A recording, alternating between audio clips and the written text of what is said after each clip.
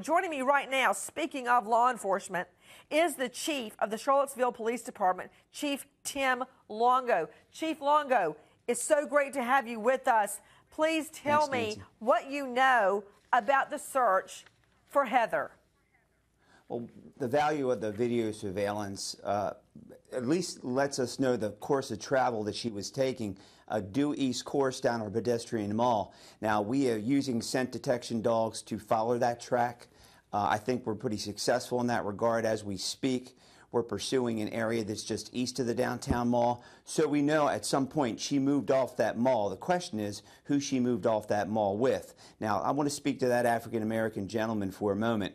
I don't know whether he was a good Samaritan trying to help Hannah, or not. But it's someone we need to talk to. It's someone we need to identify. We need to know what his interaction was with her. And that's where we are right now, in addition to trying to see if there's more video surveillance on the mall so we can find Hannah and bring her home. Hold on, Chief Longo. Hold on this map just a moment for me, Liz. Don't jump off of it. All right. When I've got Chief Tim Longo with me, everybody, Charlottesville Police Department Chief. Chief, we have painstakingly gone through every police report, every account we can find to establish a timeline. We've got a map up, Chief. Could you tell us what you believe the timeline is, starting around 9:30 at her apartment? Well, you have, I think, seen video surveillance of her leaving what I believe is her dormitory building or her apartment building. We then believe she goes to a restaurant on University Avenue, I think in the 1300 block. She has a meal with some friends.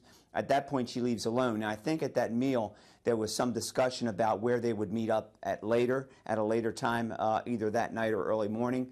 Here she is leaving her apartment, everybody. This is what Chief Longo was talking about. We're talking about Hannah Graham, the missing co-ed. Right, there she is leaving. It looks like a dormitory. It's an apartment hall there near campus. Yeah. She's leaving. She's going to meet her girlfriends. All right, they go out for dinner. They decide to meet up somewhere after that. Okay, pick me up there, Chief.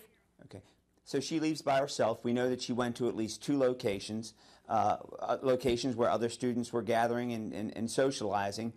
We believe alcohol was consumed at those locations. She leaves the second location, again, by herself. It's at that point, I think, for some reason, disorientation or some other reason, she gets turned around. She loses her way. We believe she probably goes northbound on 10th Street Northwest, where she finds herself at McGrady's Pub. If you look at that video, she seems to have an interaction with someone, for lack of a better term, I'll call a doorman. He either denies her access or they exchange some words, and she leaves his presence. You'll see her walk around the building, and then she'll proceed in an eastbound direction on Preston Avenue, where she's later picked up on video by a gas station, a video surveillance camera.